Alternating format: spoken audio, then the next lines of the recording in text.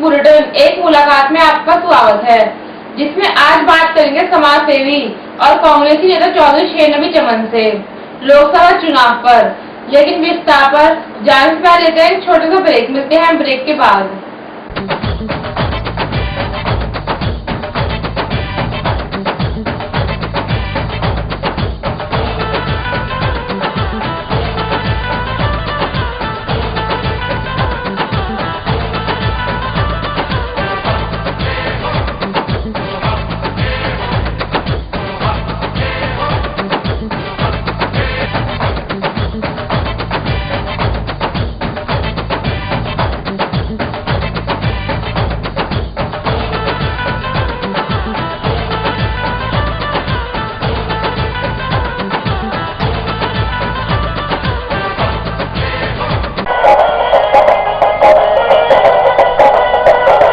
Siddharth international public school एक ऐसा विद्यालय जहां बच्चे शिक्षा प्राप्त करते हैं और उनका सर्वांगीण विकास होता है।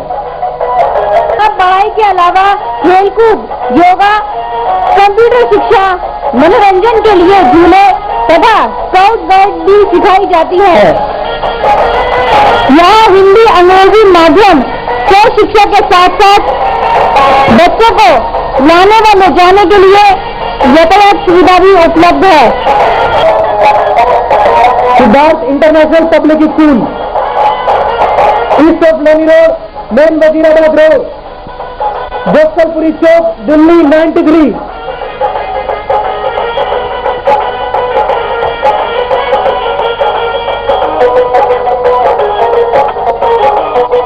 Telephone number 2281 783 22812322। Gateway Men's Wear, specialist in jumpsuit and safari suit, ready-made garments, tailors and drapers. पता main Hanuman road, east Rohtas Nagar, Shahdara, Delhi 32। Phone 22118807 22574882। खबरें विस्तार से। दिल्ली में लोकसभा चुनाव हो चुके हैं और राज्य में होने अभी बाकी है। कौन प्रधानमंत्री बनेगा, क्या मोदी प्रधानमंत्री बनेंगे, इसी पर चर्चा करेंगे समाज सेवी कांग्रेसी नेता चौधरी शेर नबी चमन से। पेश उनसे हमारे संवाददाता की बातचीत। इस प्रोग्राम में आपका स्वागत है। आज हमारे साथ बैठे हैं समाज सेवी चौधरी शेर नबी चमन। आज हम बात करेंगे जो देश में चुनाव हो रहे हैं लोकसभा के, उसमें कौन पार्टी सत्ता में आएगी तो कैसे आएगी। आइए बात करते हैं चौधरी शेर नबी चमन जी से। चौधरी साहब, चुनाव स्टार्ट हैं, कुछ प्रदेश में चुनाव हो चुके हैं। आपके भी हिसाब से किस व्यक्ति को देश का प्रधानमंत्री बनना चाहिए? आपने जो अपने बयान में भी कहा, स्टेटमेंट में, कि समाज सेवी चौधरी शेर नबी चमन बैठे हैं, इसके साथ में एक बात और भी जोड़ लीजिए, मैं कांग्रेसी भी हूं। चौधरी शेर नबी चमन कांग्रेसी नेता भी हूं। तो अब मुझसे पूछिए कि देश में कुछ राज्यों में इलेक्शन हो चुके हैं, कुछ में और होने हैं, तो देश का प्राइम मिनिस्टर कैसा होना चाहिए? चौधरी साहब तो अंडरस्टूड है कि आप कांग्रेसी हैं, क्योंकि आपने कांग्रेसी से ताज पहना हुआ है। ये ताज वही पहनते हैं जो कांग्रेसी होते हैं और शहंशाही होते हैं। आप अपने आप को शहंशाही क्यों नहीं मान रहे? किसको शहंशाही मान रहे? आपने जो टोपी पहनी हुई है, ये शहंशाह व्यक्ति ही पहनते हैं। फारूक अब्दुल्ला है, वो पहनेगा। आपका शुक्रिया, आप हमें शहंशाह मान रहे हो। तो ऐसी बात क्यों कहेगी? हमने कब कहा कि हमको भिखारी? आप ऐसी क्यों कहेगी कांग्रेसी भी हूँ? तो कांग्रेसी तो है ही, आप जन्मजात कांग्रेसी हैं। तो समय के हिसाब से चेंज हो जाते हैं। कभी कांग्रेस छोड़ देते हैं, कभी दूसरी पार्टी बना देते हैं, कभी और राष्ट्रीय पार्टी बना देते हैं, फिर वापस कांग्रेस में आ जाते हैं। आप पता नहीं कौन सी पार्टी बनाई हमने, कौन सी पार्टी छोड़ दी, कौन सी में चले गए। किसी एक पार्टी को बतलाइए जिसमें हम गए हों। आपने बड़े होर्डिंग टांगे थे कि मैं ये पार्टी का अध्यक्ष हूँ, राष्ट्रीय अध्यक्ष हूँ, फिर वहाँ पट्टी नहीं है आपकी, आपका तालमेल ठीक नहीं हुआ, फिर छोड़ दिया आपने। ऐसा नहीं है। जब मैं यूपी से दिल्ली में आया था तो सन 95-96 में आया था, वहाँ आके मुझे एक पार्टी का अध्यक्ष बनाया गया। उस वक्त मैं पार्टी का कार्यकर्ता तो था मेरठ में, मैं ब्लॉक उपाध्यक्ष भी रहा, अध्यक्ष भी रहा, जिला उपाध्यक्ष भी रहा। लेकिन जब मैं दिल्ली में आ गया तो एक स्टेट चेंज कर दिया, वहाँ को पीछे छोड़ दिया है सब कुछ, और मुझे अध्यक्ष बनाया किसी पार्टी का जो एक मुसलमानों की पार्टी थी।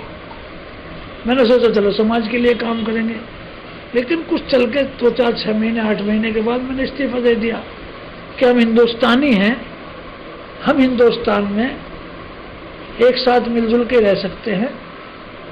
ये मुसलमान हिंदू इस बात को लेके पक्षपात का माहौल पैदा करके वोट हासिल करना, ये मुझसे नहीं हो सकेगा। लिहाजा मैं फिर जाकर दोबारा से फिर कांग्रेस में शरीक हो गया, लेकिन कांग्रेस पार्टी को छोड़ के मैं कभी भी दूसरी पार्टी में शरीक नहीं हुआ। कांग्रेस पार्टी ने क्या दिया आपको इतने वर्षों में? क्या सम्मान दिया, इज्जत दी आपको? ये बात आपने बड़ी काबिल बात पूछी। सच्चाई की तो बात यह है कि चचा गालिब का एक शेर पेश करता हूं, न 27 की तमन्ना न सिले की परवाह, न सही गर मेरे अशार में माना न सही। मैं बचपन से बल्कि पैदाइशी तौर पर कांग्रेसी हूं। वो हमारी बदनसीबी समझ लो या खुददारी भी कह सकते हो। हम खुशामदी किस्म के बनकर कभी हो नहीं सके, हमें कुछ दिया नहीं गया, हमने कुछ मांगा नहीं। एक बार एक टिकट की ख्वाहिश रखी थी, प्रदेश अध्यक्ष जयप्रकाश अग्रवाल जी ने कहा कि इतना काम करो, इतनी मीटिंग करो, इतनी मीटिंग करो कि बच्चा बच्चा बाबरपुर विधानसभा का जान जाए कि तुम ही कैंडिडेट सबसे बेहतरीन हो बाबरपुर से कांग्रेस पार्टी के, टिकट दिलाना मेरी जिम्मेदारी। नाम भी चला, आखिर तक नाम चला, आखिरी टाइम पे मुझे पक्षपाती कहा कुछ आदमियों ने, बुराई की, तो हमारे कुछ नेताओं ने जाकर मेरा टिकट कटवा दिया। तो तकदीर में नहीं था विधायक बन में, जबकि आप मीडिया वाले शायद आप भी खुद कह रहे थे 15-20 हज़ार से लीड कर रहा हूं मैं। हिंदुस्तान टाइम्स या कौन कौन से, हिंदुस्तान एक्सप्रेस, कई कई बड़े अखबारों में भी, अर्जुन अखबार का वीर अर्जुन, ऐसे कई अखबारों में लिखा कि भाई चौधरी चमन को अगर टिकट देती है कांग्रेस पार्टी तो बीजेपी के डॉक्टर, क्या नाम था उनका, हर्षवर्धन, वो नरेश गौड़, डॉक्टर नरेश गौड़ से 20 हज़ार से लीड कर सकते हैं। नहीं दिया ना, सही। फिर मनाया गया मुझे, मैंने फाइट किया था आजाद उम्मीदवार। आजाद तो खड़े हुए थे ना, हाँ। पार्टी के साथ गद्दारी की आपने, कांग्रेस जब को पार्टी ने छोड़ा मनाया और 2 बार चुनाव लड़े आप। जब पार्टी ने मनाया तो फिर मैं मान गया। पार्टी को यह भी दिखलाना चाहता था कि अगर मैं खड़ा हो गया तो कांग्रेस नहीं जीत सकेगी, कांग्रेस के हार में सिर्फ हिस्से में हार ही आएगी, इसलिए मुझे टिकट दे दीजिए शराफत से। नहीं दिया, बदमाशी की, कोई बात नहीं, खुददार हूं, खुशामद मुझे करनी आती नहीं है। तो चमन साहब, लेकिन पार्टी को छोड़ के असल जो मेन पॉइंट है, जब मनाया जब मान गया। दूसरी बार इलेक्शन में लड़ा, कहा गया खर्चा ले ले, ये कर ले, वो कर ले। मैंने कहा हम बिकाऊ माल नहीं है, हमारा सिर्फ शुक्रिया अदा कर देना, तुमने फिर मनाया फिर बैठ जाएंगे। कभी तो आप हमें सिर्फ टिकट ही मांगा, ओहदा मैंने कभी मांगा ही ना। कभी मुझे उपाध्यक्ष का लेटर दे दिया, कभी परिषद सचिव का। मैं बेहतरीन स्पीकर हूं, आप जानते हो। मेरे यार दोस्त कहते हैं इंडिया लेवल का स्पीकर हो सकता हूं। मैं सिर्फ ये चाहता था कि मेरी पार्टी मुझे प्रचार में उतारे, स्पीकर की हैसियत से उतारे, लोगों का मन पार्टी की तरफ मोड़ूं, इसलिए उतारे। और मैं ये आज आपके माध्यम से चैलेंज के साथ कहता हूं, मेरा ये मैसेज पूरे हिंदुस्तान में पहुंचाओ, खासतौर से सीनियर्स को पहुंचाए, टॉप मोस्ट जो नुमाइंदे हैं उनको पहुंचाओ कि मुस्लिम इलाके में अगर मेरी आधा घंटा स्पीच हो जाए तो उस मुस्लिम इलाके के लोगों का 80% मिजाज बदल सकता हूं कांग्रेस पार्टी के लिए। तो चमन साहब, क्या वजह 10 अप्रैल को चुनाव हुए, आपको किसी मीटिंग में ना जयप्रकाश ने, संदीप ने, ना दूसरे कांग्रेसी प्रत्याशियों ने इनवाइट किया कि चमन साहब आइए और जनता को संबोधित कीजिए? क्या वजह है ये?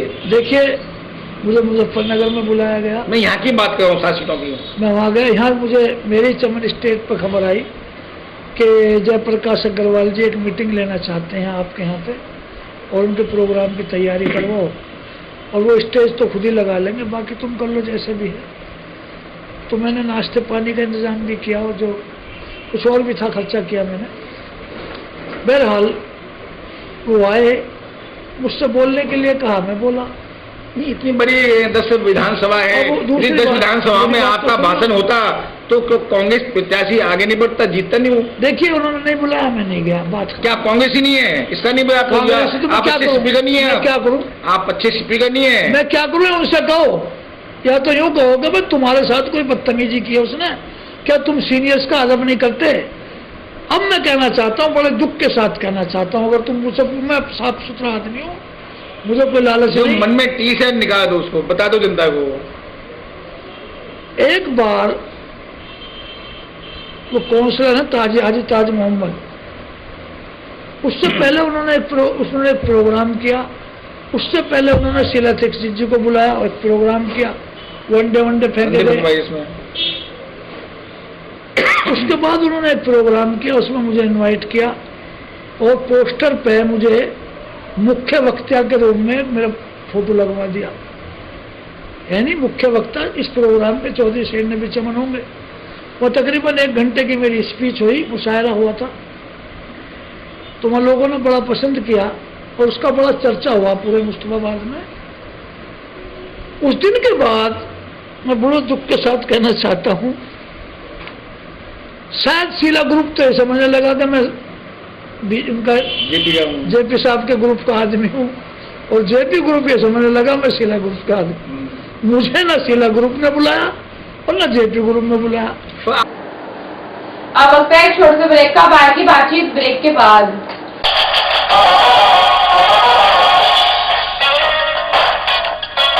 इंटरनेशनल हैप्पी स्कूल भोलानाथ नगर में एक ऐसा स्कूल जहां बच्चों की पढ़ाई पर विशेष ध्यान दिया जाता है। बच्चों की बेहतर पढ़ाई के अलावा कंप्यूटर शिक्षा सिखाने के साथ साथ विज्ञान प्रयोगशाला भी है। यहाँ अध्यापिकाएं खेल के माध्यम से बच्चों को आसान तरीके से पढ़ाना सिखाती हैं।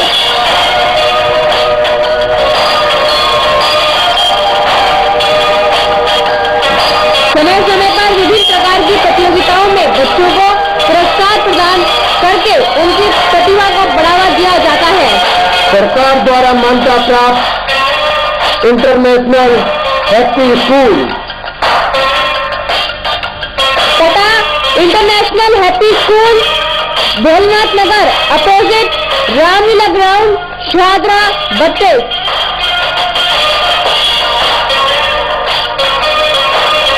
Phone number 22306292 22392314। Ready to have a feast of taste as ABS Enterprises presents देवभूमि उत्तरांचल का उत्कृष्ट उत्पादन CKG mouth watering fruit jams, continental sauces, pickles in different flavors, vinegar, delicious tomato ketchup, you and CKG. What a great combo! Break के बाद आपका फिर से स्वागत है। जब से मुख्य वक्ता बना दिया आपने, होर्डिंग लगवाए कि मैं उनका आम वक्ता हूँ। उन्होंने बाकायदे मुझे, उनकी कोठी में 100-150 आदमी थे, 40-45 मौलवी लोग भी थे। तो किसी ने कहा कि शीला जी के ऊपर बोलो, कि चौथी बार मुख्यमंत्री बनने का दावेदारी कर रही है, इन्होंने ऐसा क्या किया?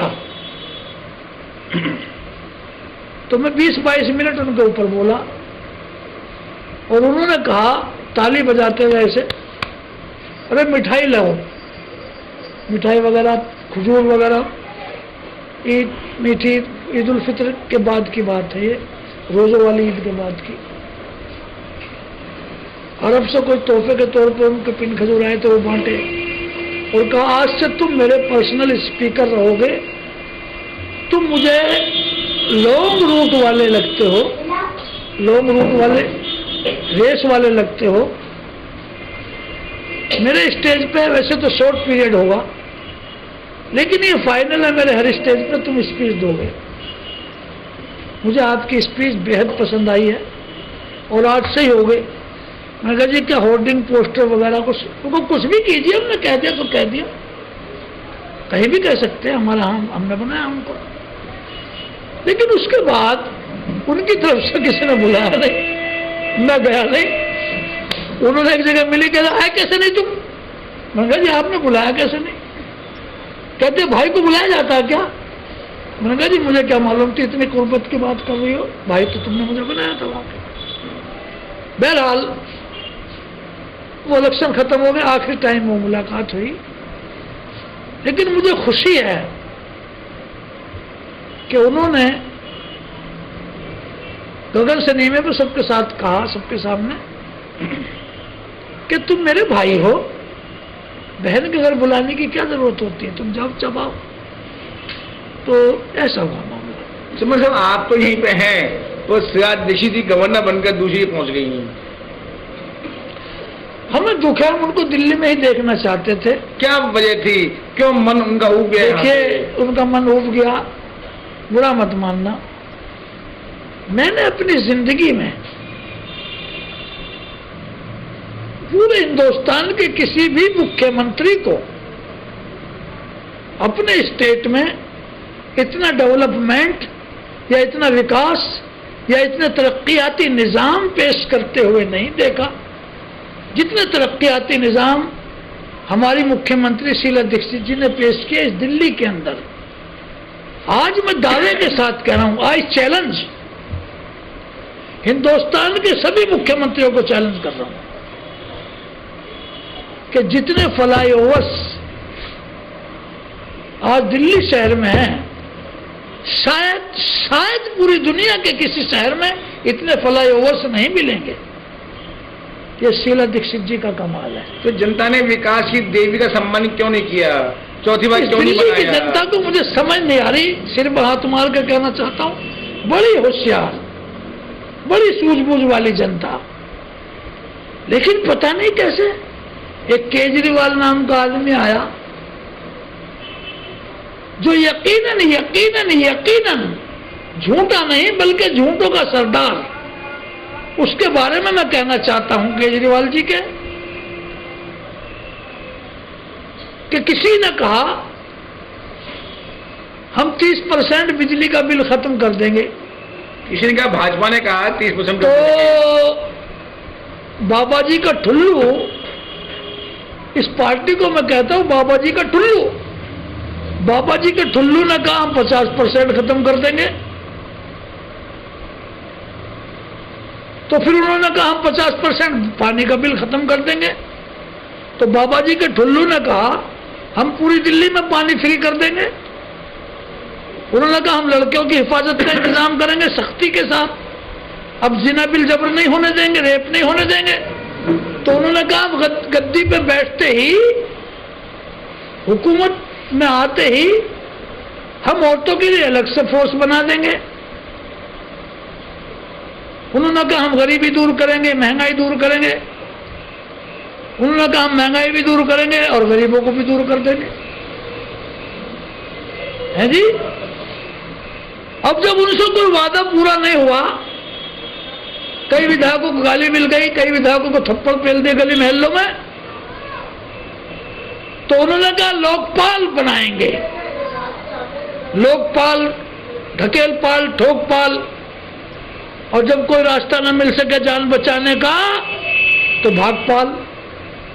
जब कोई वादा पूरा ना कर सको तो किसी पतली गली से निकालपाल। उस आदमी पे पता नहीं दिल्ली की जनता, मुझे ऐसा लगता है कि अब जो इलेक्शन हुआ है ये लोकसभा का, इसमें भी पता नहीं बिरयानी खाने वाले थे वो कोई मुसलमान, और उसे तो खैर मुझे शिकायत नहीं है अपने हिंदू भाइयों से, क्योंकि मैं इसको, केजरीवाल को, इस पार्टी को संघ परिवार का एक हिस्सा मानता हूं। एक सरकारी नौकरी करने वाला जिसकी तनख्वाह 40, 50, 60 हजार, 80 हजार हो सकती है, वो कई महीने ऐसा माहौल पैदा कर देता है दिल्ली के अंदर, कई सौ चैनलों में से कम से कम 100-125 चैनल, 150 बल्कि 200 चैनल, या कम से कम चलो 100 चैनल मान लो, रात के 12 बजे खोलते थे तो केजरीवाल जी नजर आते थे, दिन के 12 बजे खोलते थे तो केजरीवाल जी नजर आते थे। और ये जो मीडिया वाले होते हैं ना, ये आधे घंटे के 1 लाख रुपए मांग ले, 1 घंटे के 1 लाख रुपए ले ले। 24 घंटे 100 चैनलों पर अगर सिर्फ 25,000 रुपए घंटा मान लिया जाए तो किसमें आग लग रही है भाई? बच्चे 25,000 रुपए घंटा मान लिया जाए तो 6 करोड़ रुपए रोज बनते हैं। कितने बनते हैं? 6 करोड़। यानी 1 महीने में तकरीबन 2.25 अरब के करीब, और तकरीबन 6 महीने चला है मामला। ये कई सौ करोड़ रुपया इन केजरीवाल जी के पास आया कहां से? जाहिर बात है, ना इनका वजूद इतना, ना इनकी औकात इतनी। पीछे से बैक मार दी गई, एक मुनज्जम साजिश की गई संघ परिवार वालों की तरफ से कि मुसलमानों की वोटों का डिवाइडेशन करना है, किसी भी कीमत पर करना है। तुम केजरीवाल जी एक पार्टी बनाओगे, बाबा रामदेव की मुखालफत की बात भी कर दोगे, जरूरत पड़ी तो अन्ना हजारे के भी खिलाफ मुखालफत में बोल सकते हो, और नरेंद्र मोदी और बीजेपी कांग्रेस इन दोनों के तो खुल के मुखालफत करोगे, दोनों को भ्रष्ट कहोगे, ये कहोगे, वो कहोगे। अब अगर थोड़ा सा भी मुसलमानों को आपने अपने फेवर में ले लिया और तुम किसी सीट को जीत गए और इलेक्शन के बाद में हमें समर्थन की जरूरत पड़ी तो वो सीट हमें मिलेगी, और अगर किसी वजह से तुम मान लिया गए हार भी गए और मुसलमानों की वोट काट ली, तो आप दूसरे तीसरे नंबर पर, बीजेपी पहले नंबर पर आएगी तो बीजेपी को डायरेक्ट मिल जाएगी। अब वक्त है छोटे से ब्रेक का, बाकी बातचीत ब्रेक के बाद। Modern KD field public school एकमात्र ऐसा शिक्षण संस्थान है जहां आपके बच्चों को प्री नर्सरी कक्षा के अलावा कक्षा 1 से 8 तक अंग्रेजी माध्यम में शिक्षा प्रदान की जाती है तथा बच्चे अपनी रुचि अनुसार नृत्य एवं संगीत भी सीख सकते हैं। इसका विशाल भवन आधुनिक सुविधाओं से परिपूर्ण है, जैसे मॉडर्न जनरेशन के computer, library, well furnished classroom, स्वस्थ वातावरण और पीने के लिए एक्वागार्ड का शुद्ध जल। इसका स्टाफ अनुभवी, समर्पित, योग्य और प्रेरणादायी है, जो आपके बच्चों में शिक्षा के साथ साथ बच्चों में निडरता और आत्मनिर्भरता लाने के लिए जूडो कराटे की कक्षाएं देता करके बच्चों को प्रोत्साहित करता है। हमारा उद्देश्य लाइट थ्रू एजुकेशन।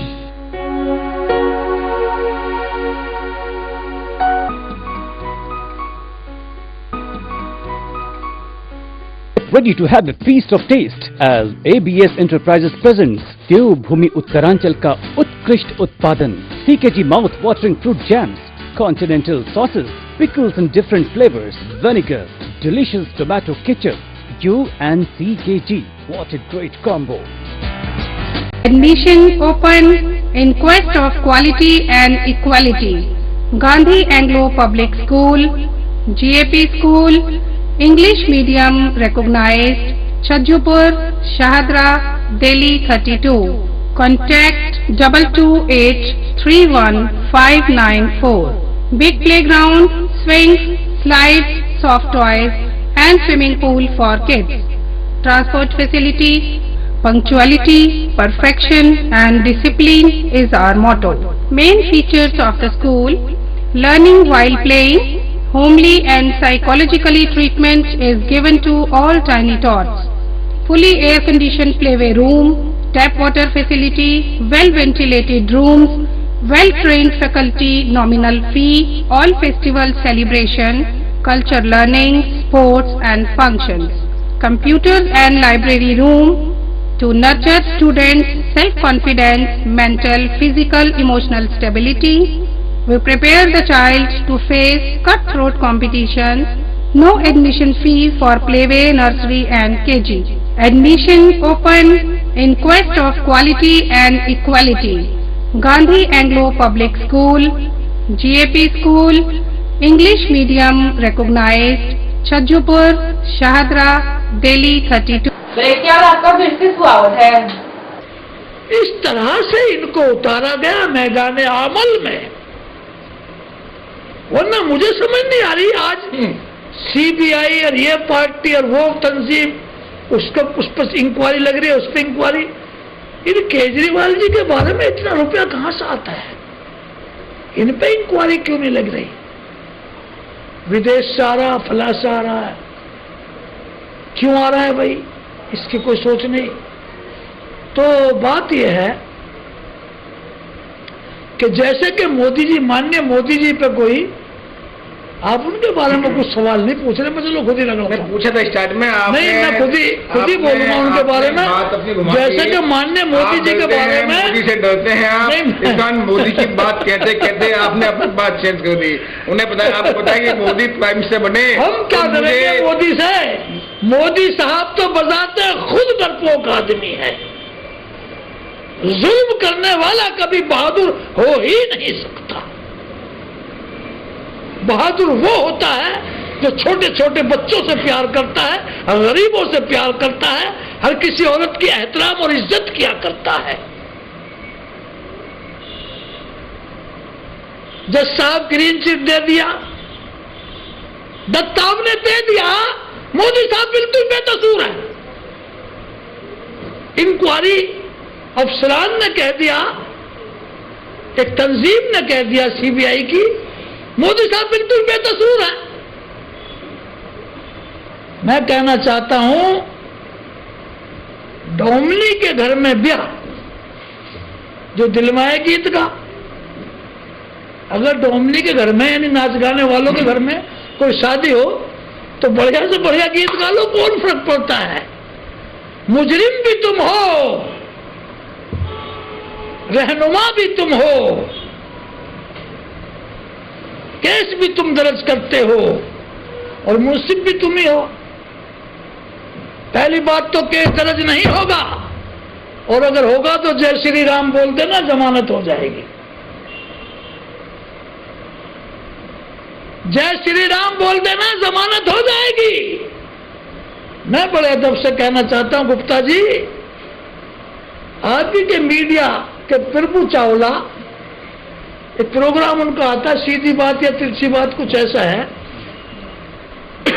उन्होंने क्वेश्चन किया माननीय मोदी जी से, मोहतरमुल मकाम, उर्दू में बोलूं तो मोहतरमुल मकाम, इज्जतुल माब, आली मर्तबा, आली जनाब,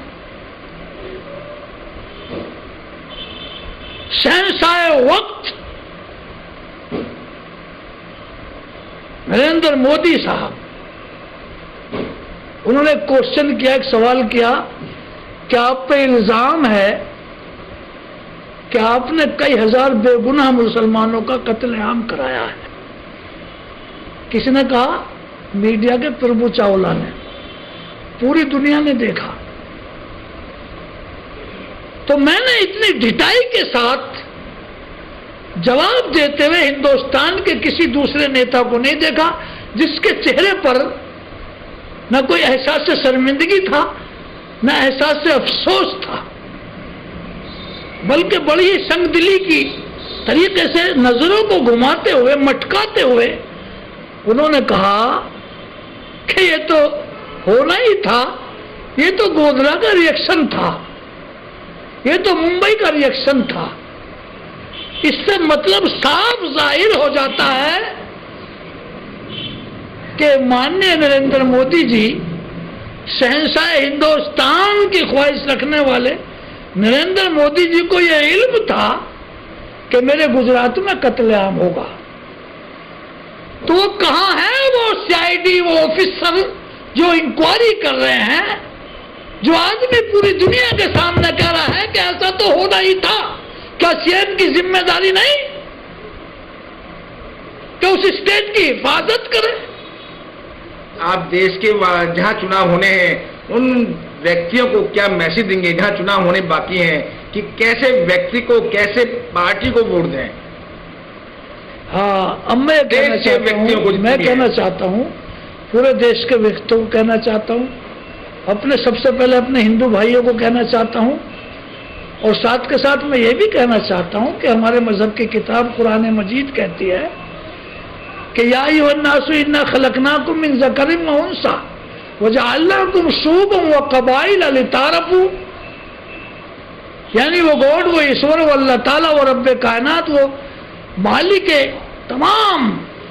मालिक कायनात कहता है, मालिक कुल कहता है कि हमने तमाम नस्ल इंसानी को एक मर्द और एक औरत के जरिए से पैदा किया है और उन्हें बांट दिया कुनबे और कबीलों में ताकि आपस में पहचान रहे, और इस नाते दुनिया के सभी इंसान आपस में एक दूसरे के भाई हैं, बराबरी के दर्जे वाले हैं, एक माँ और एक बाप की औलाद हैं, 100 के 100%।